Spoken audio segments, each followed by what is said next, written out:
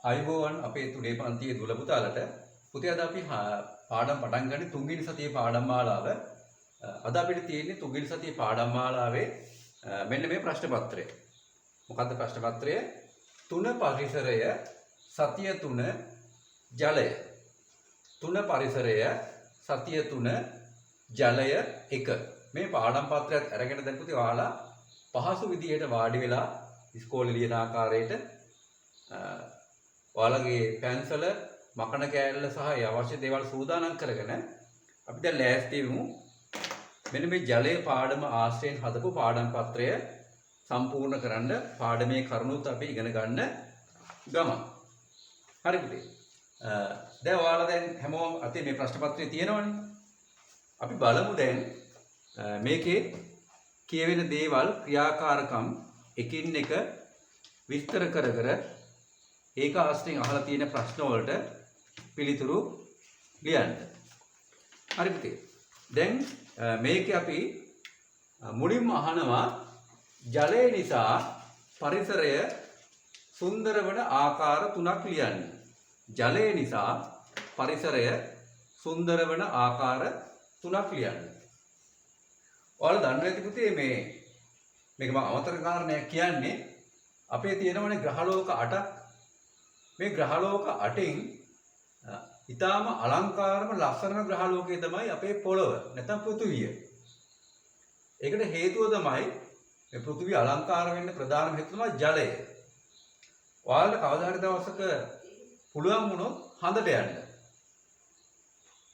හඳේ ඉඳලා පොළොව දිහා බැලුවාම පොළොව පේන්නේ හරියට නිල් මැණිකක් වගේ. නිල් පාට මැණිකක් වගේ පේන්නේ. දැන් අපිට පේන්නේ හඳ කහ පාටද? ඒ වගේ ඔයාලා හඳට ගිහිල්ලා පොළොව දිහා බැලුවොත් පොළොව පේන්නේ නිල් පාට මැණික් ගලක් වගේ. ඒ තරමට ලස්සනයි. ඒ ලස්සන වෙන්න හේතුව මොකද? මේ පොළොවේ තියෙන ජලය. පොළොවේ වැඩි ප්‍රමාණයක් වැහිලා තියෙන ජලය. ඒ නිසාම ඔයාලා අහසට ගියොත් අහසේ ඉඳලා පොළොව දිහා බලනකොට පොළොව පේන්නේ හරියට නිල් පාට මැණික් ගලක් වගේ ඊටාම අලංකාරව. ඒකට හේතුව තමයි ජලය. ඒ කියන්නේ ජලයේ තමයි මේ පොළොවේ අලංකාරත්වය වැඩි වෙන්නේ. අපි දැන් ආය පාරක් බලමු මේ පළවෙනි ප්‍රශ්නේ කියවලා. ජලය නිසා පරිසරයේ සුන්දර වන ආකාර 3ක් ලියන්න. අපි බලමු දැන් මේකෙන් මොනවද මේ ජලය නිසා අලංකාර වෙන්නේ කොහොමද කියලා. හරි. මේ තියෙන එක ක්‍රමයක්. දැන් ඔයාලා පුතේ මේකේ කාරණා 3ක් ලියන්න තියෙනවනේ. මේ උඩින් තියෙන කාරණේ ඔයාලා ලියන්න පුළුවන් දැන්. ඔන්න පළවෙනි තරුවර ලියනවා අපි මොකද්ද? ජලය පහළට ගලා හැලීම. අපි මේ ඉහළක ඉඳලා ජලය පහළට ගලා හැලීමට කියනවා දිය ඇල්ලක් කියලා. මේ දිය ඇලි පුතේ ඊටාම අලංකාර දෙයක්. ස්වභාව ධර්මයේ තියෙන ඊටාම අලංකාර දෙයක් තමයි දිය ඇල්ල කියන්නේ. ඔයාලා සමහරවිට චාරිකාවලදීම ගිහිල්ලා දැකලා ඇති. ඔය සංචාරකයෝ ගොඩාක් කැමති මේ වගේ තැන් වල රස විඳින්න පරිසරය. ඊටාම අලංකාර පරිසරයක් මවනවා මේ දිය ඇලි වලින්. දැන් මේකෙත් මේ පේන්නේ ඔයාලා මේ ඡායාරූපයක් පේනවා දිය ඇල්ලක්. බලන්න යවට පරිසරය කොච්චර ලස්සනද කියලා. නිල් පාට දිය ඇල්ල අර බලාපොළු වගේ සුදු පාට පෙන පුබුළු නගිනවා. මීදුම් බාල වගේ තියෙනවා. කොළ පාට අවට ගස් වැල්. ඊටාම අලංකාරයි. ඔන්න ජලය නිසා අපේ පොළොව ලස්සන වෙන එක අවස්ථාවක් මොකද්ද? ජලය පහළට ගලා හැලීමේදී අලංකාරත්වයක් ඇති කරනවා. හරි. අපි දැන් යම් කාරණා 3ක් ලියන්න තියෙනවානේ. අපි බලමු තව ක්‍රමයකට කොහොමද ජලය නිසා අපේ අවට පරිසරය සුන්දර වෙන්නේ කියලා. දැන් මේ තියෙන්නේ අපි දැන් දෙවෙනි කාරණේ ලියලෙමු. ඒකේ අපි ලියන්නේ කොහොමද? ජලය ගල්පර අතරින් ගලා යාම.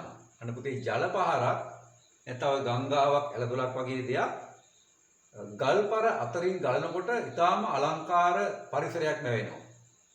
අර ගල් අස්සෙන් ගලනකොට පෙන බුබුළු නගිනවා. අමුතු ලස්සන සද්දයක් එනවා නේද? ඊට පස්සේ සුදු පාටට ලස්සනට තැන් තැන් වලින් බුබුළු නගිනවා. ඒ වගේ දේවල් නිසා අපේ පරිසරය ලස්සන වෙනවා.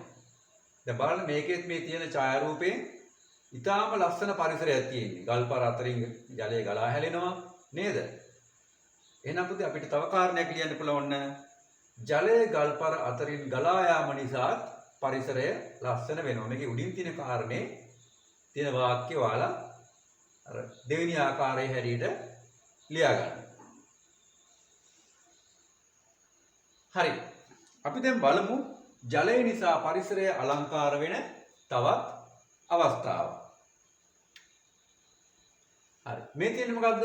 දැන් අපි කලින් දැක්කේ ජලය වේගයෙන් ගලනකොට දිය ඇලි වලින් ගල් පරාසයෙන් වේගයෙන් ගලනකොට පරිසරය අලංකාර වෙනවා. දැන් මෙතනදී ඔයාලා දකින්නේ වේගයෙන් ගලද්දි නෙමෙයි හිමින් සැරේ ගලාගෙන යනවා. ඒකත් 아무තු ලස්සනක් තියෙනවා. අර ගංගාවල් දැන් මේ සමහර ගංගාවල් තැනිතලාවල් වල ගලනකොට හිමින් තමා ගලාගෙන යන්නේ. එතකොට මේ දෙපැත්තේ අර වැල්ල වගේ තියෙනවා. ඒකත් 아무තුම ලස්සනක්. එහෙනම් ජලය වේගයෙන් ගලනකොට වගේම සෙමින් ගලා යාමේදී පරිසරයට අලංකාරයක් එකතු කරනවා. එහෙනම් අපිට තුන්වෙනි කාරණේ ලියන්න පුළුවන් ජලය සෙමින් ගලා යාම. ඔන්න අපි දැන් කාරණා තුනක් ලිව්වා. පරිසරය නිසා ජලයේ සුන්දර වන අවස්ථා තුනක් ලිව්වා. පළවෙනි එක අපි මොකද්ද ලිව්වේ? ජලය උඩකින් පහතට ගලා හැලෙනකොට පරිසරය අලංකාර වෙනවා. ඊළඟට ඒ වගේම ජලය ගල්පරාසයෙන් ගලනකොට පරිසරය අලංකාර වෙනවා. තුන්වෙනි කාරණය ජලය සෙමින් ගලා යාම නිසා පරිසරය අලංකාර වෙනවා. අපිට පුතේ මේ කාරණා තුනයි ලියන්න තියෙන්නේ. අපි තවත් ක්‍රමයක් බලමු. මේ තවත් එකක් තමයි මේ ජලය නිසා පරිසරය අලංකාර වෙන තව අවස්ථාවක්. ජලය මගින් දියමල් සෑදීම. අපි අර ගෙවත්තේ වගේ උද්‍යානවල හදන දියමල් නෙමෙයි මේක. මේ ස්වභාවික දියමලක් මේක. මේකට පුතේ අහලා තියෙනවා මේක හුම්මානේ කියලා කියන්නේ. මේක තියෙන්නේ ඔය දකුණු පළාතේ මුහුදයිනේ අර මුහුදු රැල්ල ඇවිල්ලා ගල් පරදයක් අස්සෙන් වදිනකොට ස්වභාවිකව ඇති වෙන දියමලක් මේක. හුම්මානේ කියලා කියන්නේ. මේකත් මේ ජලය නිසා පරිසරය අලංකාර වෙන එක අවස්ථාවක්. මේක ස්වභාවික දියමලක්. හරි. දැන් ඒකත් පුතේ ඔයාලා දැනගන්න දැන් ලියන්න ඉඩ නැහැ. හැබැයි මේ වගේ දේවල් දැනගෙන ඉන්න ඕනේ. හරි. අපි දැන් පළවෙනි ප්‍රශ්නේ ලියලා ඉවරයි. ඔයාලා මේක වෙලාව මදි නම් ලියන්න. දැන් මේක වීඩියෝ එකක්. චුට්ටක් ඔයාලා මේක නවත්තලා තියලා මේ කාරණා ලියා ගන්න පුළුවන්. හරි. අපි දැන් යමු මේකේ පරිසරය ජලය ප්‍රශ්න පත්‍රයේ දෙවෙනි ප්‍රශ්නයට යමු. දෙවෙනි ප්‍රශ්නයට යමු. මොකද දෙවෙනි ප්‍රශ්නේ තියෙන්නේ? අප විසින් ජලය අපතේ හරින අවස්ථා දෙකක් ලියන්න. අප විසින් ජලය අපතේ හරින අවස්ථා දෙකක් ලියන්න. හරි. මොනවද අපි ජලය අපතේ හරින අවස්ථා? අපි එකක් ලියමු. මෙහෙම. දැන් අපි මාත් එක්ක ලියන්න පටන් ගන්නවා. මම දැන් බෝඩ් එකේ ලියනවා. එකක් තමයි මෙන්න මේක අවස්ථාව.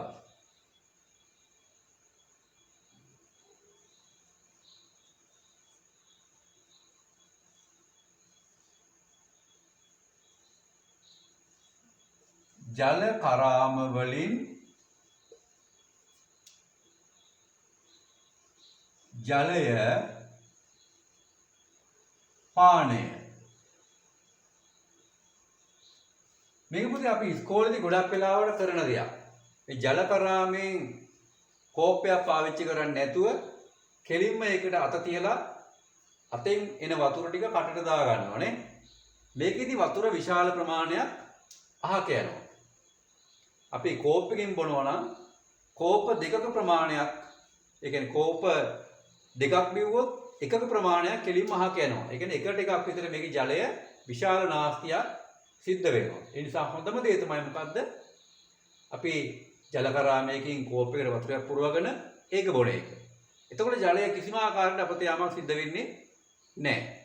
නමුත් අපි ඉස්කෝලේ අර හදිස්සියේ බොන ක්‍රමවලින් ජලයේ විශාල ප්‍රමාණයක් අපතේ යනවා.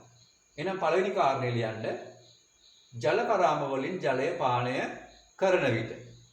මොන ජලය අපතේ හරින එක අවස්ථාවක්. තව අවස්ථා ගොඩක් තියෙනවා ඉතින්. අපි තව අවස්ථා එකක් ලියමු බලන්න. මොකද්ද? යම් යම් දේවල් සේදීමේදී අපි විශාල ජල ප්‍රමාණයක් අපතේ හරිනවා. අපි ඒක ලියමු මෙහෙම. විවිධ දේවල් සෝදන විට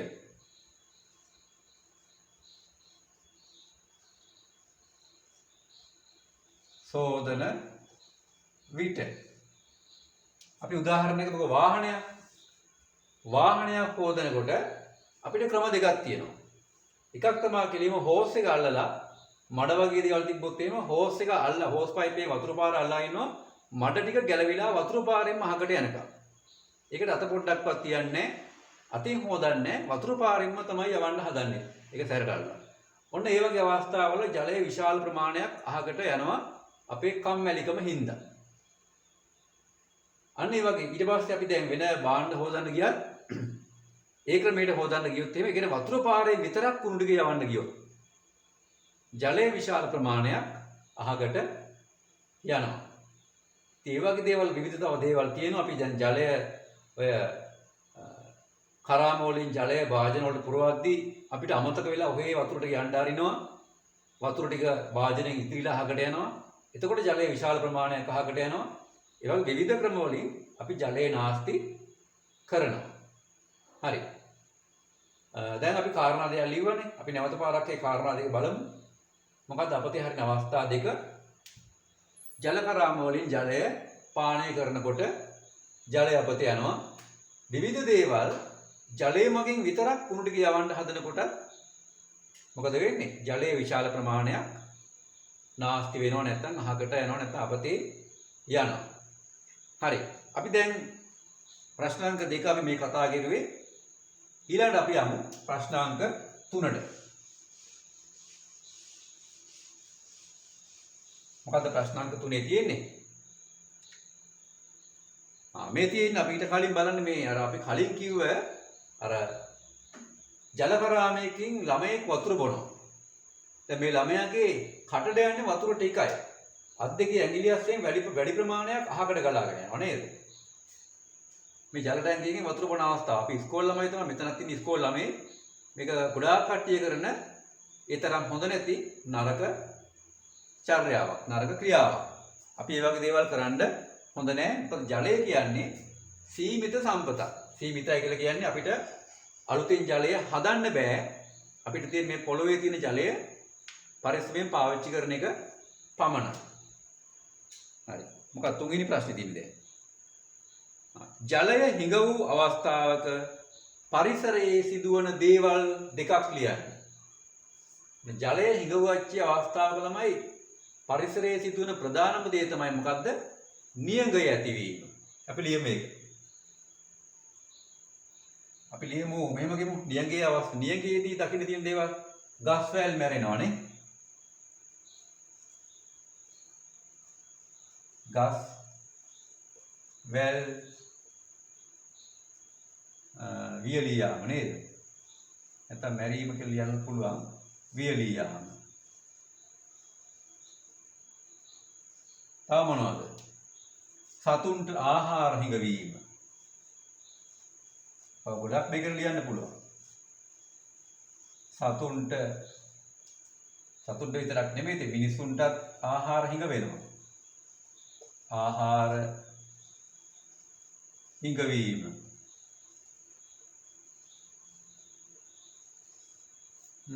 තව ගොඩක් දේවල් තියෙනවා. මොනවද? පරිසරයේ අර අපි කිව්වේ ජලය නිසා පරිසරය අලංකාර වෙනවා කියලා. ඒ අලංකාරත්වය නැති වෙලා යනවා. නේද? ඊට පස්සේ පරිසරයේ උණුසුම් වෙනවා ගොඩක්. රත් වෙනවා. රස්නේ වැඩි වෙනවා. තව මොනවද වෙන්නේ? ගොවිතැන් පාළු වෙනවා. ආය පරිසරයේ වෙන දේවල් මොකද්ද? පොළොව ඉරිතලනවා. ඒ වගේ පුතේ නොඑක් දේවල් පරිසරයේ සිද්ධ වෙනවා ජලය හිඟ වෙච්චි අවස්ථාවල. අපි දැන් ඡායාරූප ටිකක් බලමු මේ ජලය හිඟ වෙච්ච අවස්ථාවක පරිසරයේ වෙච්ච දේවල්. මේ බලන්න මොකද වෙලා තියෙන්නේ මේක දැන්. මේ ජලය හිඟ වෙච්ච කාලෙක පරිසරයේ තියෙන ගස් වැල් වලට වෙලා තියෙන දේවල්. එක කොළයක්වත් නෑ ගහක. ඊට පස්සේ ගස් ටික දුඹුරු පාට වෙලා, ගස් මැරිලා පරිසරයේ තියෙන සුන්දරත්වය එහෙම් පිටින්ම නැති වෙලා ගිහලා නේද? මේ තව අවස්ථාවක්. ජලයේ හිඟු අවස්ථාව පරිසරයේ සිදුවන දෙයක්. මොකද වෙලා තියෙන්නේ? හරකෙක් ඉන්නවා. ਉਹ සතුටෙන් ඉන්නේ නෑ. උන්ට කෑම නැතුව, ඒක කෙට්ටු වෙලා. තව මිනිස්සෙකුත් ඉන්නවා නේද? ඒ මිනිස්සයත් ඊගාර වියලි පරිසරය නිසා ඊගාර දුෂ්කරතාවෙන් පිරිච්ච ඇඟක් තියෙන යාළුවා. මේ තව අවස්ථාවක්. ජලයෙන් වුණාම පොළොව සම්පූර්ණයෙන්ම ඉරිතරලා ගිහිල්ලා. අර වැව් පිටියක් වගේ මේ පේන්නේ. පොළොව ඔක්කොම ඉරිතල්ලා ගිහිල්ලා. මේ තමයි ජලය හිඟ වුණාම පරිසරයේ සිදුවෙන දේවල්. හරි. අපි පුතේ බලමු ඊළඟට මොකක්ද තියෙන්නේ කියලා. ඊළඟ හතරවෙනි ප්‍රශ්නේ තියෙන්නේ මොකද්ද? අප විසින් ජලය සපයා ගන්නා ආකාර 6ක් ලියන්න. අප විසින් ජලය සපයා ගන්නා ආකාර 6ක්. අපි ජලය සපයා ගන්නවා කියන්නේ පුතේ අපේ ප්‍රයෝජනෙට ජලය ලබා ගන්නා දේවල්. නැත්නම් ලබා ගන්නා ස්ථාන, නැත්නම් ලබා ගන්නා ක්‍රම කීයක් ලියන්න තියෙනවද? 6ක් ලියන්න තියෙනවා. අපි මේ 6 ඉස්සර ලියලින් බලන්න. මොකද පළවෙනි ක්‍රමය? ඔයාලා මේක සමහර පුතේ මේ ඉස්කෝලේ මේ පාඩම කරන්න ඇති. ඒ නිසා මේක එච්චර අමාරු පාඩමක් නෙමෙයි. අපි පුතේ මුලින්ම ජලය ලබා ගන්න ක්‍රමයක් තමයි මොකද? ලිඳක් කපලා. ලිම අපි පළවෙනි දරුවට ලිඳ. ආය අපි ලබා ගන්නවා ජලය තව ක්‍රමයක්, තව ලිං වර්ගයක් තියෙනවා ආණ්ඩියා ලිඳ කියලා. අපි පස්සේ ඒක විස්තර කරමු. ඉතින් මේක ලියාගෙන ඉන්න. ආණ්ඩියා ලිඳ.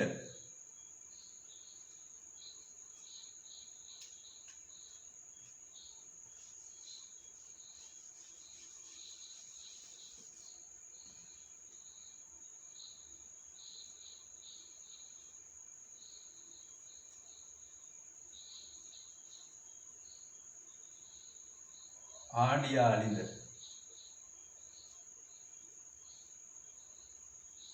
ටිකක් එක්තරා ලිං වර්ගයක්.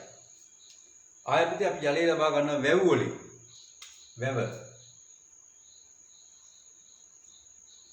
එහෙම නැත්නම් පතහ කියන විශාල දිය වලවල්. පතහ. ආය අපිට ලබා ගන්න පුළුවන් ගලා යන ජලය. ගලා යන ජලය. අපි ඒකෙන් දී ලබා ගන්නවා. ඒ විතරේ ගලා යන ජලය කියන්නේ අවස්ථා කීපයක් තියෙනවා. මොනවද? ගලා යන ජලය තියෙන මොනවද? ගංගාවල තියෙනවා. ගංගා. ආයතන අපිට ඇලවල් වල. ආයතන දොළවල් වල. නේද? ඔය වල ගන්නත් පුළුවන් ඉතින්. හරි. දැන් අවස්ථා හතරක් ලියුවා. පස්වෙනි අවස්ථාව අපි ලියමු පීලි වලින්. පීල්ල.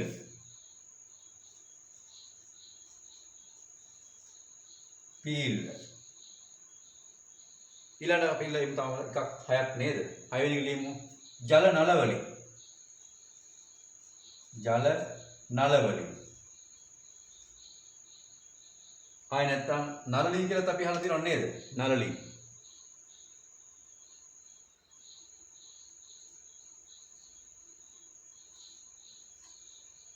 නලලින්. මේ තියෙන පුතේ අපි ජලය ලබා ගන්න නොයෙක් ක්‍රම 6ක්. දැන් මේක මාත් එක්කම ඔයාලත් ලියන්න ඕනේ මේක. අපි මේ ක්‍රම 6 කියමු බලන්න. අප විසින් ජලය සපයා ගන්න ආකාර 6ක් ලියන්න. පළවෙනි ක්‍රමය ලිඳ. දෙවෙනි එක ආණ්ඩියා ලිඳ. තුන්වෙනි එක වැව. එහෙම නැත්නම් පතහ. 4 ගලා යන ජලය ඇති අවස්ථා මොනවද? ගංගා, එළවල්, දොළවල් අය ඔය වල් ගන්නත් පුළුවන්. අය පුතේ ගන්නවා පීලි වලින්. පීල්ල. 6 වෙනි අවස්ථාව මොකද්ද? ජල නල. ඒ කියන්නේ බට දිගේ වතුර එන්නේ අපේ ගෙවල් වලට. ඒක. ඊට පස්සේ නලලින් පොළොවේ ගැඹුරේ තියෙන ජලය ලබා ගන්න ක්‍රමයක්. මෙන්න මේ වගේ ක්‍රම වලින් අපි මොකද කරන්නේ? ජලය සපයා ගන්නවා. හරිද? අපි දැන් බලමු මේ ක්‍රම ඡායාරූප වලින් බලමු කොහොමද තියෙන්නේ කියලා. මේ තියෙන්නේ අප විසින් ජලය සපයා ගන්න එක ක්‍රමයක්. මොකද්ද මේ ක්‍රමය? ලිඳක් මගින් ජලය ලබා ගන්නවා. බලන්න මෙතන මේ ලිඳක් තියෙනවා. දැන් ලිං ගොඩක් අඩුයි පරිසරයේ තියෙනවා. දැන් ගොඩක් ලිං වලින් නෙමෙයි වතුර මෝටර් කරලා එහෙම ගන්න ලිං වහලා නේද?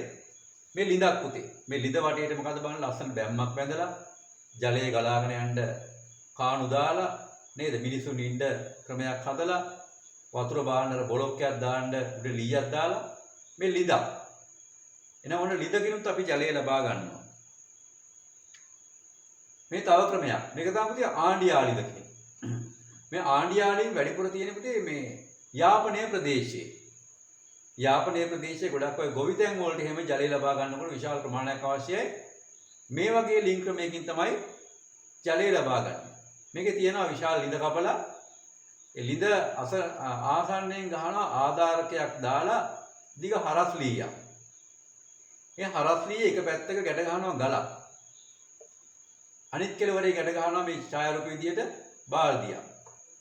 ඊට බාල්දිය ලිඳට දාලා මේ ගලෙන් ගල අල්ලලා තියෙන බරපැත්ත පහළට එනකොට මේ පැත්තේ බාල්දිය මොකද වෙන්නේ? ඉහළට එනවා. එතකොට ඉහළට එන බාල්දිය ලිඳලා කෙනෙක් ඉඳලා තමන් පැත්තට ඇදගෙන ඊට පස්සේ ඒකේ ජලය පාවිච්චිට ගන්නවා. ගොඩක් වෙලාවට පුතේ මේකෙදි කරන්නේ මේ වගා කරන ස්ථානවලට ජලය යවන්නේ බාල්දිය වලින් ගෙනියන්නේ නැහැ මෙයාලා.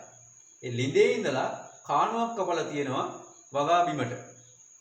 එයාලා ලිඳෙන් වතුර ඇදලා ඒ කාණුවට දැම්මම කාණුව දිගේ වගා බිමට ජලය ගලාගෙන යනවා. මේක තියෙන මොන ප්‍රදේශයේද මේ ආණ්ඩියාලි?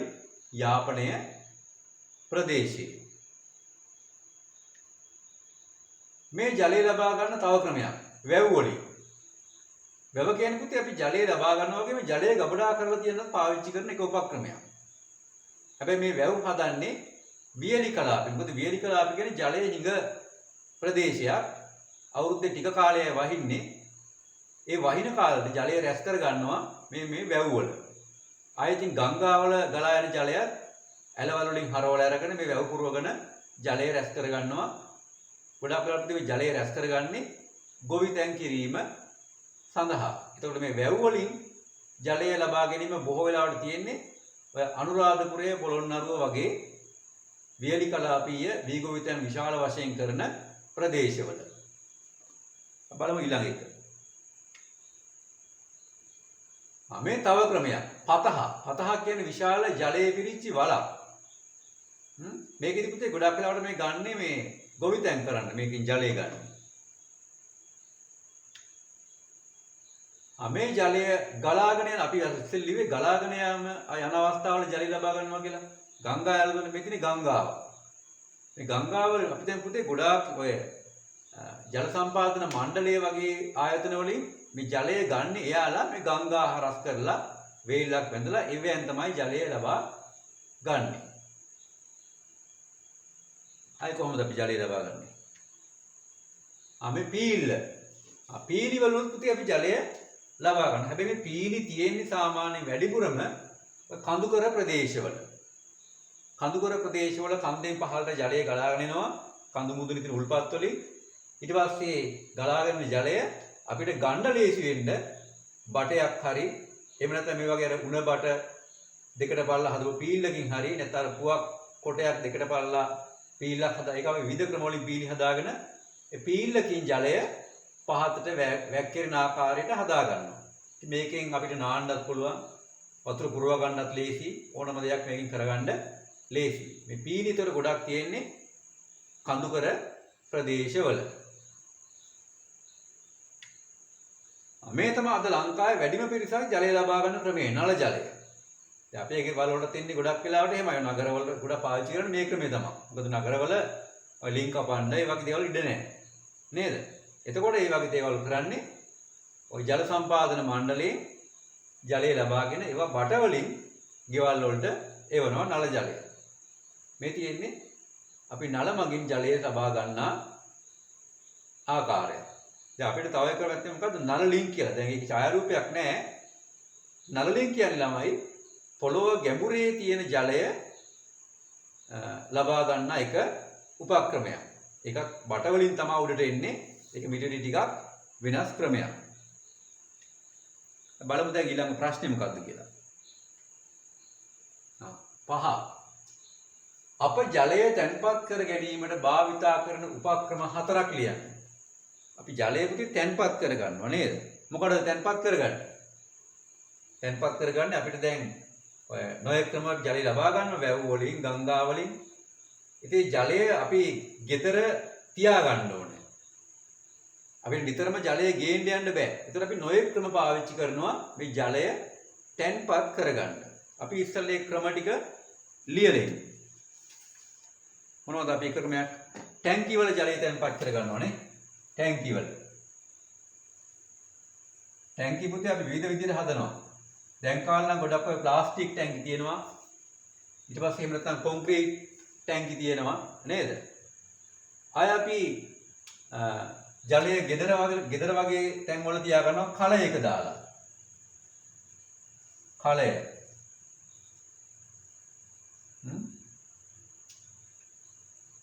අය පුතේ අපි ජලය තව තියා ගන්නවා ගෙදරක ගුරුලේත්තුව කියලා එකක් තියෙනවා. මැටි වලින් හදපු මැටි භාණ්ඩයක් ගුරුලේත්තුව.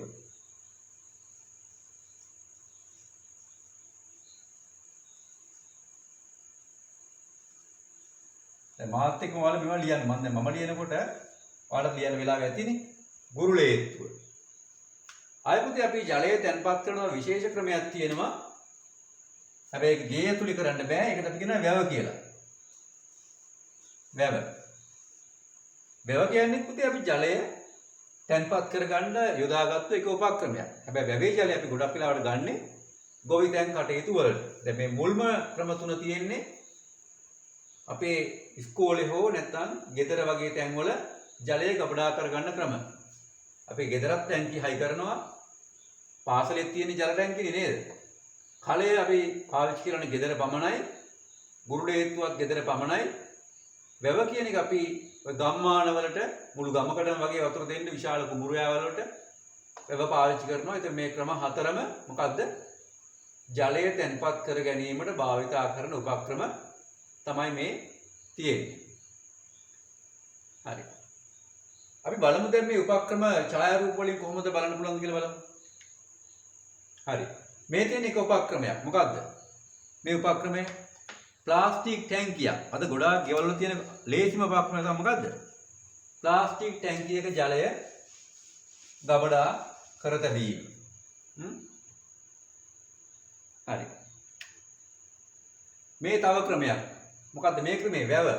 වැව කියන්නේ ජලය ගබඩා කරලා තියාගන්න එක ක්‍රමයක්. මේ තියෙන තව ක්‍රමයක් කලයක්. අපි කලයේ ගොඩක් තියෙන කුස්සිය දැන් නම් ගොඩක් ඔක පාවිච්චි කරනවා අඩුයි. හැබැයි පුතේ කලයක් තියෙන එක හොඳයි. මොකද කලයේ තියෙන ජලය ඊටාම මිහිරි. ගොඩක් සීතලයි. අනික අපේ ඇඟට කිසිම ආකාරයේ විෂක් ඇතුළු වෙන්නේ නැහැ. මෙන්න මේ වගේ ක්‍රම පාවිච්චි කරනවා නම් කල ගෙඩියක් ගුරුලේත්තුවක් වගේ දෙයක්. හරි. අපි බලමු ඊළඟ ප්‍රශ්නේ 6. අපට ජලය සැපයීමට උදව් වන ආයතනයේ නම ලියන්න. අපට ජලය සැපයීමට උදව් වන ආයතනයේ නම ලියන්න. දැන් පුතේ අපිට ජලය සද අපේ ඉස්කෝලේ බලන්න අපේ පාසලට ජලය සපයන්නේ මෙන්න මේ ආයතනය.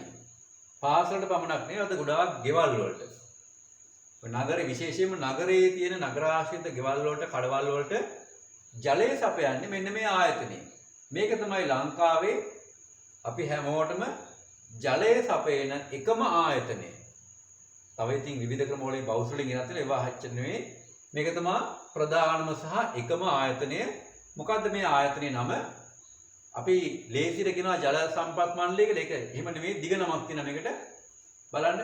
ජාතික ජල සම්පාදන හා ජලාපවහන මණ්ඩලය. අය කියමු බලන්න. ජාතික ජල සම්පාදන හා ජලාපවහන මණ්ඩලය. ඉතින් මෙතන මේ ජලාප්‍රවාහන එහෙම කියලා ලියන්න එපා. ප්‍ර නෙමෙයි තියෙන්නේ ප. ජලාපවහන. හරි. මොකක්ද? අයබාර කියමු. ජාතික ජල සම්පාදන හා ජලාපවහන මණ්ඩලය. දැන් ඔයාලා විභාගෙට ලියන්න આવොත් එහෙනම් අපිට ජලය සපන ආයතනයේ නම මොකද්ද කියලා මේ වෝටර් බෝඩ් එක හරි නැත්නම් ජල සම්පාදන මණ්ඩලය හරි කියලා ලියලා හරියන්නේ නැහැ. මේ නම මේ විදිහටම ලියන්න ඕනේ. වචන කීපයක් තියෙනවා. ජාතික ජල සම්පාදන හා ජලාපවහන මණ්ඩලය. ඒතර පුතේ මේකට කියන කෙටි නමක් තියෙනවා. අපි කෙටි පද හදන්නේ සිංහල වලදී. ආයතනයේ දිග වැඩි වුණාම නම අපි ඒක කෙටි ක්‍රමයක් තියෙනවා නේද? මොකද්ද මේකට කියන කෙටි නම? ජාජ හාජම. ජාජ හාජම. ජා ජ හා ජ ම. ජාතික ජල සම්පාදන හා ජලාපවහන මණ්ඩලය. ඒකත් ඔයාලා ඔය අතරේ දැනගන්න ඕනේ. හරි. අපි දැන් බලමු දැන් මේක නම ලියා ගන්න ඔයාලා නියම අකුරින්ම ලියන්න. අපි බලමු ඊළඟ ප්‍රශ්නේ මොකක්ද කියලා. ඊට ප්‍රශ්නෙට ඉස්සෙල්ලා අපි තව මේක පොඩි කාරණයක් තියෙනවා. ඒකත් බලලම ඉන්න. මේ තමයි පුතේ ජල සම්පත් මණ්ඩලය නැත්නම් ජාතික ජල සම්පාදන හා ජලාපවන මණ්ඩලයේ සංකේතය ලාංඡනය. මේ ලාංඡනය ඔයාලා දකිනා මොකේද? ඔයාලා ගෙවන්න වතුර බිලක් මාසෙකට සැරයක් පාවිච්චි කරපු ජලයට බිලක් ගෙවන්නවා නේද? අන්නේ බිලේ මේ ලාංඡනය තියෙනවා. මේක තියෙන්නේ මොකද්ද? මේ මැද තියෙන මේ වතුර ටැංකියක් තියෙන්නේ. යටින් වතුර ටිකක් තියෙනවා, රවුමක් තියෙනවා. මේකෙත් පුතේ නම දිනා සම්පූර්ණයෙන්ම ජාතික ජල සම්පාදන හා ජලාපවහන මණ්ඩලය කියලා සම්පූර්ණ නම මේකේ තියෙනවා. එහෙනම් මේ මොකද්ද මේ? අපිට වතුර සපයන උදව් වෙන ආයතනයේ නැත්නම් ජාතික ජල සම්පාදන හා ජලාපවහන මණ්ඩලයේ නිල ලාංඡනය. දැන් ඔයාලට මේක දීලා ඉවරලා මොකක් හරි ප්‍රශ්නයකදී මේකේ මේ ලාංඡනයේ අයිති ආයතන නම ලියන්න කිව්වොත් එහෙම ওই නම සම්පූර්ණයෙන්ම ওই විදිහටම ලියන්න ඕනේ. මේක ලේසියි මොකද මේ ලාංඡනෙත් නම සඳහන් වෙලා තියෙනවා. 7 වෙනි ප්‍රශ්නේ. පාවිච්චියෙන් පසු ඉවතට යන ජලයෙන් අප ගන්නා ප්‍රයෝජනයක් ලියන්න. පාවිච්චියෙන් පසු ඉවතට යන ජලයෙන් අප ගන්නා ප්‍රයෝජනයක් ලියන්න. මොනවද අපි පාවිච්චි දැන් අපේ ඉස්කෝලේ තියෙන උපක්‍රමයක් මොකද්ද? අපි අර ජලය ඔයාලා වතුර පාවිච්චි කරන ටැප් එක තියෙනවනේ. එතනින් අහකට එන වතුර කොහාටද යන්නේ? ඒ ළඟ තියෙන කංකුම් පාත් යන්නේ. ඒතර මොකද්ද ඒ තියෙන්නේ? අහකට එන ජලයෙන් ගොවිතැන් කරනවා. ඒ වතුර නිකන් නාස්ති වෙන්න අරින්න නැතුව ඒ කංකුම් පාත්යක් හදලා එහෙම නැත්නම් කොහිල වගේක් දාලා එතෙන් තමයි වතුර ගලා ගන්න. මොකද්ද ඒ කරලා තියෙන්නේ? පාවිච්චියෙන් පසු ඉවතට එන ජලය නැවත පාවිච්චියට ගන්නවා වෙනත් ක්‍රමයකින්. හරි. අපි එහෙනම් ඒකට උත්තර ලියලින් බලන්න. මොකද ප්‍රයෝජනයක් ලියන්නේ? පාවිච්චියෙන් පසු ඉවතට යන ජලයෙන් අප ගන්නා ප්‍රයෝජනයක් ලියන්න. මොකද්ද? ඉවතට යන ජලය වගා බිමකට හැරවීම. ඉවතට යන ජලය වගා බිමකට හැරවීම. අපිට මේක ගෙදරදී කරන්නත් පුළුවන්. ගෙදර අපේ කුස්සියේ තියෙනවානේ ඔය වලම්පිකම් හොදන ස්ථානයක්. එතකොට ඒකෙත් වතුර බටයක් තියෙනවනේ එළියට දාලා. ඒ වතුර බටෙන් අපිට ඒ වතුර ටික යන දැන්න අපිට පොඩි පාත්තියක් දැම්ම හැකි. ඔය වතුර වැඩිපුර අවශ්‍ය කරන භෝග තියෙනවනේ. කංකුම්, කොහිල වගේ දේවල්. ඒතර අපි ඒ ක්‍රමයේ ඒකත් මොකක්ද ඒ කරන්නේ? ගෙදර පාවිච්චි කරලා අයින් වෙන ජලයෙන් වෙන ප්‍රයෝජනයක් ගන්නවා. මේවා පුතේ නොයෙක් ක්‍රම අපිට කල්පනා කරලා මොලේ පාවිච්චි කරලා මේ අහකට යන ජලය නැවත පාවිච්චි කරන්න පුළුවන්. හරි. අපි දැන් එහෙනම් යමු ඊළඟ ප්‍රශ්නෙට.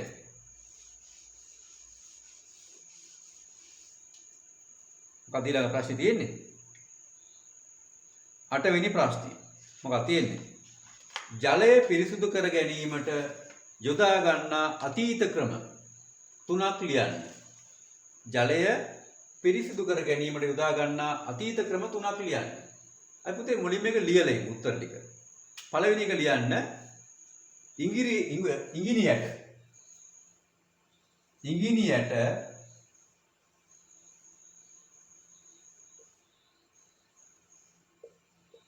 එහෙම නැත්නම් අඟුරු දානවනේ.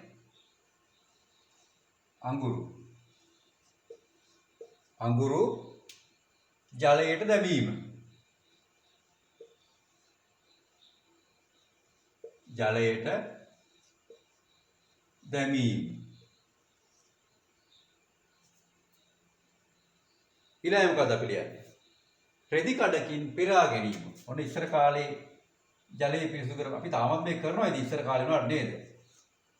රෙදි කඩකින්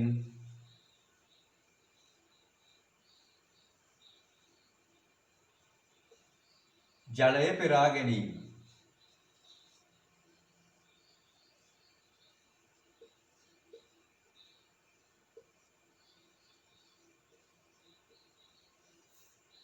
අපි ඊළඟ කලියම මොකද? උණු කර නිවා ගැනීම.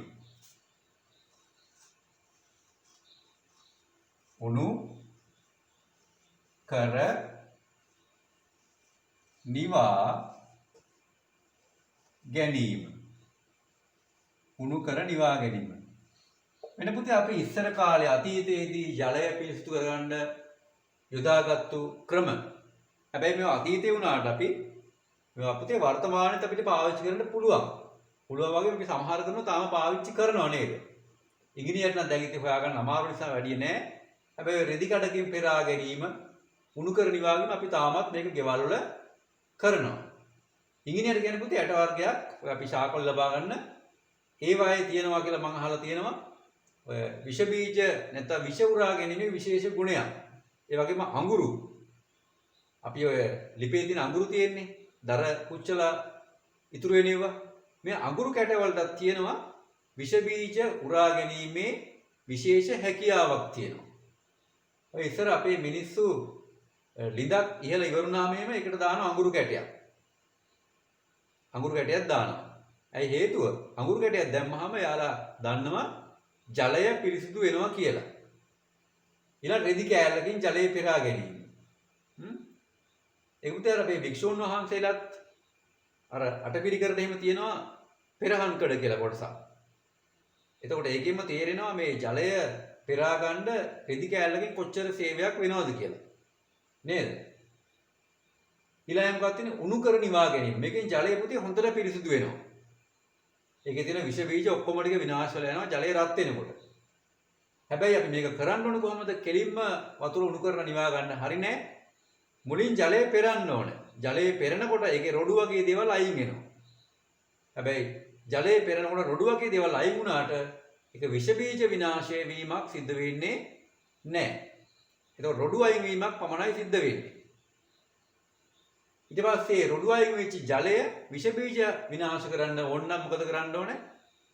උණු කරලා නිවා ගන්න ඕනේ බොන්න පුළුවන් වෙන විදියට. එතකොට අපිට හොඳ ජල වීදුරුවක් පානය කරන්න පුළුවන්. මේවා තමයි මොකද්ද? අතීතයේදී ජලය පිරිසිදු කරගන්න යොදාගත්තු උපක්‍රම. හරි. අපි දැන් බලමු ඊළඟ ප්‍රශ්නේ මොකක්ද කියලා. මේක දැන් මකමු. මොකද ඊළඟ ප්‍රශ්නේ තියෙන්නේ? ජලය පිරිසිදු කර ගැනීමට යොදා ගන්නා නවීන ක්‍රම. නවීන කියන්නේ අලුත් ක්‍රම. අපි ඒක ලියලෙමු මුලින්ම. පෙරණ භාවිතය. පෙරණ.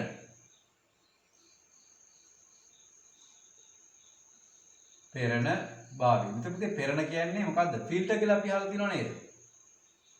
අන්න ෆිල්ටර්. වතුර ෆිල්ටරයක්. පෙරණ භාවිතය. අපි ඉංග්‍රීසි වචන ලියාගන්න එකට filter F I L T E R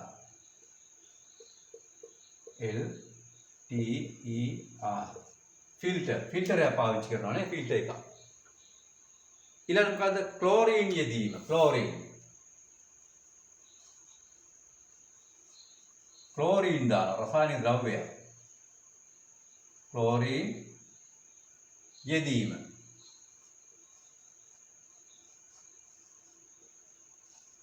මොකද ඊළඟ එක? ජල පරාම සඳහා පෙරණ යෙදීම. ජල කරාම සඳහා පෙරණ යෙදීම. පෙරණයක් කියන්නේ පෙරලා යන රෙදි කැලක් වගේ දෙයක්. ඒකත් එක්තරා ආකාරයකට ෆිල්ටරයක් තමයි. මේවා තමයි අද කාලේ අපි ඒ නවීන කාලේ ජලය පිරිසිදු කරගන්න යොදපු උපකරණ. අපි ආයෙ කියමු මොකද පෙරණ භාවිතය ෆිල්ටර් එක. නේද? ෆිල්ටර් එකක් කියන්නේ මොකද? අර ඇතුලේ තියෙන අර අපේ ගෙවල් වල ගොඩක් දැන් තියෙනවා මේක. අර ඇතුලේ තියෙන හුණු ගල් වලින් හදපු පොඩි කොටසක් තියෙනවා. ඊට පස්සේ ගල් තට්ටුවක් වගේ ඒවා හදලා තියෙන අලුත් දැන් නොඑක ආකාරයේ ෆිල්ටර් හදලා තියෙනවා අද කාලේ නේ. දියුණු ෆිල්ටර් හදලා තියෙනවා ජල පෙරණ. ඊළඟ ක්ලෝරින්. ක්ලෝරින් කියන්නේ රසායනික ද්‍රව්‍යයක්. සුදු පාට කුඩු වගේ දෙයක්. මේක පුතේ දැන් මේක අපි ගොඩාක් පාවිච්චි කරනවා. අපි ගෙවතර පාවිච්චි කරන්නේ නැහැ මේ ක්ලෝරින් කියන එක. ඒක පාවිච්චි කරන වැඩිපුරම කවුද? ජල සම්පත් මණ්ඩලය. නැත්නම් ජල සම්පාදන මණ්ඩලයෙන් තමයි මේ ක්ලෝරින් පාවිච්චි කරන්නේ. ඒකත් දැන් කුඩු දාන්නේ. දැන් පුතේ ඒ වගේ දේවල් මේ ක්ලෝරින් ගෑස් එකක් තියෙනවා. ඒ ගෑස් එක තමයි වතුර වලට මිශ්‍ර කරන්නේ යන්ත්‍ර මගින්. ඊළඟට අපි කරනවා ජල කරාම සඳහා පෙරණ යෙදීම. අන්න අපි ජල කරාමේ අගින් අර වතුර ගලන තැනට එල්ලනවා පොඩි ගොට්ටක් වගේ එකක් රෙදි කෑල්ලකින් හරි ඒ වගේ දෙයකින් හදාගත්තු පොඩි පෙරණ රෙදි කෑල්ලක් වගේ නැත්නම් ගොට්ටක් වගේ එකක්. හරි. අපි දැන් බලමු ඊළඟ ප්‍රශ්නේ මොකක්ද කියලා. දැන් මේවා ලියන්න ඇති ඔයාලා මං හිතන්නේ නේද? මේක මකනවා දැන් මම. ලියන්න බැරි වුණත් මේක ලියන්න පුළුවන්. දැන් මේක වීඩියෝ එකක් නිසා චුට්ටක් ඔයාලා මේක නවත්තලා ලියන්න පුළුවන්. හරි. ඊළඟ ප්‍රශ්නේ තියෙන්නේ මොකද්ද? 10 වෙනි ප්‍රශ්නේ මෙම ඇටවුම මගින් පරීක්ෂා කරන්නේ කුමක්ද? මේ ඇටවුම පුතේ මේ අර ඔයාලා සමහර මේ පරීක්ෂණය කරන්න ඇති. අපි බලමු මේකේ විස්තර කරන්නේ අහගන්න. මේ දින ඇටවුම. මෙතන තියෙන ආධාරකයක්. ආධාරකය හයි කරලා තියෙනවා. ඒක නොවැටෙන විදිහට ලී කුට්ටියකට වගේ දෙයකට හයි කරලා තියෙනවා. මේ ආධාරකයෙන් තව ආධාරකයක් ලී කැබැල්ලක් හෝ කම්බියක් දික් කරලා හයි කරලා ඒකට දානවා මොකද්ද? යෝගට් කෝප්පයක්. යෝගට් කෝප්ප 3ක් තියෙනවා. තට්ටු 3කට. මේ යෝගට් කෝප්ප වල පුතේ පතුල සිදුරු කරලා තියෙන්නේ. කටුවකින් වගේ දෙයකින් සිදුරු කරලා තියෙන. ඊට පස්සේ මේකට දානවා පුළුන් දානවා. පුළුන් දාලා ඉවරලා මොකද කරන්නේ? පළවෙනි කෝප්පෙට උඩම තියෙන කෝප්පෙට වක් කරනවා අපිරිසුදු ජල වීදුරුවක් වක් කරනවා. අපිරිසුදු වෙච්ච ජල වීදුරුවක් නැත්නම් බොර පැහැයට හැදිච්ච ජල වීදුරුවක් වක් කරනවා. වක් කරුවාම මොකද වෙන්නේ? මේක ඇතුලේ තියෙන පුළුන් වලින් පෙරිලා කෝප්පේ සිදුරු වලින් මේ ජලය වැටෙනවා දෙවෙනි කෝප්පෙට. දෙවෙනි කෝප්පේ තියෙනවා පුළුන් තට්ටුවක්. ඒ පුළුන් වලින් තවත් පාරක් ජලය පෙරිලා කෝප්පේ සිදුරු වලින් තුන්වෙනි යෝගට් කෝප්පේට වැටෙනවා. ඒකෙත් අර වගේම පුළුන් තට්ටුවක් තියෙනවා. ඒ පුළුන් තට්ටුවෙනුත් තව පාරක් ජලය පෙරිලා මේ පහළින් තියෙන වීදුරු වලට මේ සිදුරු අතරින් ජලය වැක්කිරෙනවා. එතකොට පුතේ අපි දැන් මෙතන මුලින්ම දැම්මනේ වතුර වීදුරුවක්. ඒක බොර පැහැ වීදුරුවක්. දැන් ඔයාලා පස්සේ නිරීක්ෂණය කරන්න පුළුවන් ඒ වතුර ටික ඔක්කොම ටික තුන් පාරක් පෙරිලා මේ යට වීදුරුවට වැක්කිරුණාම අර මුලින් තිබිච්ච වීදුරුවේ පාටයි අන්තිමට මේ තුන් පාරක් පෙරිලා ආපු වීදුරුවේ තියෙන වතුර වල පාටයි වෙනසක් තියනවාද නැද්ද කියලා නිරීක්ෂණ කරන්න පුළුවන්. අනිවාර්යයෙන් මොකද වෙන්නේ? වෙනසක් තියෙනවා. එහෙනම් මොකද්ද මේකේ තියෙන ප්‍රශ්නේ? මෙම ඇටවුම මගින් පරීක්ෂා කරන්නේ කුමක්ද? මොකද්ද මේක පරීක්ෂා කරන්නේ? ජල පෙරණයක් මගින් ජලය පෙරී යන ආකාරය. අපි ලියමු මේක.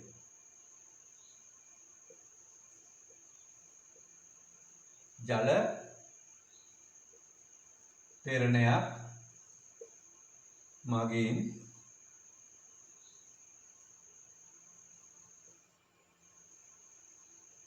ජලය පිරිසිදු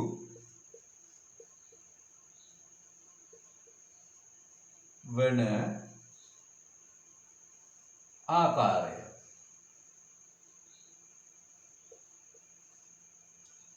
හරි. මෙම ඇටවුම මගින් පරීක්ෂා කරන්නේ කුමක්ද? ජල පෙරණයක් මගින් ජලය පිරිසිදු කරන ආකාරය.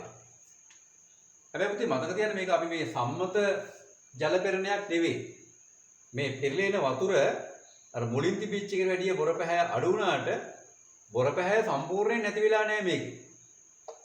මේකේ පුළුන් තට්ටුකේ විතරයි ජලය පෙරෙන්නේ. අර තියෙන රොඩ් ටික විතරයි අයින් වෙන්නේ. ජලයේ තියෙන අර සම්පූර්ණ බොර පැහැය මේකෙන් ඉවත් වෙන්නේ නැහැ. ඒ නිසා මේ ජලය පෙරිලා ආවට මේක බීමට එහෙම සුදුසු වෙන්නේ නැහැ. ඒකට තව හොඳට පිරිසුදු වෙන්න ඕනේ. හරි. අපි දැන් බලමු 11 වෙනි ප්‍රශ්නේ. මොකක්ද අහලා තියෙන්නේ කියලා? ඒකත් අහලා තියෙන්නේ මේ ඇටවුම සම්බන්ධයෙන්ම තමයි. මොකක්ද ප්‍රශ්නේ? මෙම ඇටවුම සාදා ගැනීමට අවශ්‍ය ද්‍රව්‍ය නම් කරන්න. මොකද්ද අපි මේකට ගත්ත ද්‍රව්‍යය? අපි දැන් මුදි ගත්ත මේ ලී ආධාරකයක් නේ. ඒක අපිට කම්බියක් හදාගන්න පුළුවන්. නැත්නම් ලී ආධාරකයක්. මේ ආධාරකයක් කියලා ලියමු.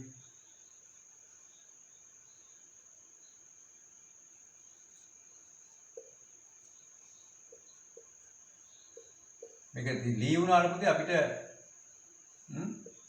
කම්බියකින් ලෝහ කැබැල්ලකින් හදාගන්නත් පුළුවන්. ඊට පස්සේ මොනවද ගත්තේ? යෝගට් කෝප්ප ගත්තානේ. යෝගට් කෝප්ප. යෝගට් කෝප්ප ගත්තා නේද?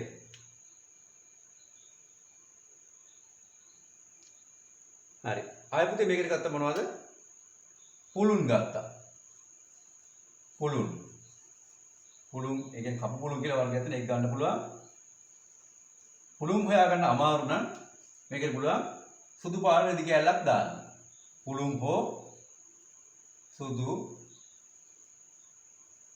රෙදි කැබැල්ල.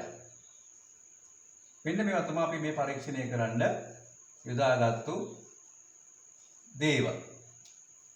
හරි. එතකොට දැන් පුතේ මේක ලියා ගන්න ඔයාලා මේ විදිහටම අපි යමු අවසාන ප්‍රශ්නේ මේකේ අද අපිට තියෙන 12 වෙනි ප්‍රශ්නේ. දැන් ඔයාලා මේක ලියවන්නේ නේද? මොකක්ද තියෙන්නේ? ලී ආධාරකයක්, යෝගට් කෝප්ප, පුළුන්, සුදු රෙදි කැබැල්ලක්. හරි. අපි බලමු ඊළඟ ප්‍රශ්නේ මොකක්ද කියලා.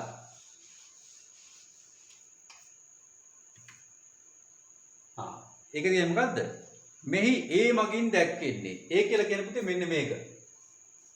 මේක තමයි B. A මගින් දැක්වෙන්නේ ඉහත ඇටෝමින් පෙරා ගැනීමට පෙර වූ ජල බඳුන වන අතර. අන්න. ආයි කියමු. මෙහි A මගින් දැක්වෙන්නේ ඉහත ඇටෝමින් පෙරා ගැනීමට පෙර. මේ තියෙන A කියන වීදුරුව. අර මුලින් අපි දක්වපු අර ඇටෝමින් පෙරා ගන්න පෙර වතුර තමයි මේ A කියන කෝප්පේ තියෙන්නේ. අතර B මගින් දැක්වෙන්නේ පෙරා ගැනීමට පසු ජල බඳුනයි. B එකේ තියෙන්නේ අර ඇටෝමෙන් පෙරාගත්තට පස්සේ එන වතුර වීදුරුව. මේ ගැන ඔබේ අදහස පවසන්න. හරි. දැන් පුතේ මේකේ අදහස මොකක්ද තියෙන්නේ? දැන් බලන්න මේ තියෙන A කියන වතුර වීදුරුව. තද බොර පැහැයක් තියෙනවා. තද කළු පැහැයක් තියෙනවා. ඊට පස්සේ ඒක පෙරාගත්තට පස්සේ ලැබිච්ච වතුර වීදුරුව B තියෙන්නේ. දැන් බලන්න මේක දිහා බැලුවාම මේක ඉතාම පිරිසිදුද? නෑ මේකෙත් යම්කිසි ආකාරයක බොර පැහැයක් තියෙනවා. එහෙනම් අපිට මොකද්ද කියන්න පුළුවන්? මේ අපි හදාගත්තු ෆිල්ටරේ මේක පෙරුවට මේක සම්පූර්ණයෙන්ම බොර පැහැ ඉවත් වෙලා නෑ. ඒ වගේම තව විශාල විෂ බීජ ප්‍රමාණයක් මේකේ තියෙනවා. මේකෙන් උනේ අර බොර පැහැ යම් ප්‍රමාණයකට අඩු වීම සහ ප්‍රොඩුටික අයින් වීම පමණයි. නමුත් මේ ජලය විෂ බීජ හරණය වෙලා නැත්නම් විෂ බීජ විනාශ වෙච්ච ජලය නෙවෙයි. ඒ නිසා මේක බීමට සුදුසු නෑ. හරි. ඒක තමයි දැන් ඔයාලා ලියන්නේ. මේක ඔයාලගේ වචන ලියන්නේ. කොහොමද මේක ඔයාලගේ වචන ලියන්නේ? ඒ භාජනයේ ඇති ජලය යම් පමණකට පෙරුණත් ඒක සම්පූර්ණයෙන් විෂ බීජ හරණය වෙලා නැති නිසා බීමට සුදුසු නැත. මෙන්න මේ අදහස ඔයාලට තේරෙන විදිහට ඔයාලගේ වචනේ මේ තියෙන තිත්තිරි මත ලියන්න. මං කියන වචනේ වෙන්න ඕනේ නැහැ. හැබැයි අදහස තියෙන්න ඕනේ ඔයාලා ලියන දේ. හරි. අපිට පුතේ අද තියෙන්නේ අද මේ ප්‍රශ්න 12 අපි ලබන සතියේ දැන් මේ ජලයේ පාඩමේ තව කොටසක් තියෙනවා. අපි ලබන සතියේ නම් ඒ කොටස අපි සාකච්ඡා කරමු. අදට අපි මේක නවත්තමු. 4 වෙනි සතියෙන් අපි හම්බෙමු. ඔයාලා සියලු දෙනාට තෙරුවන් සරණයි.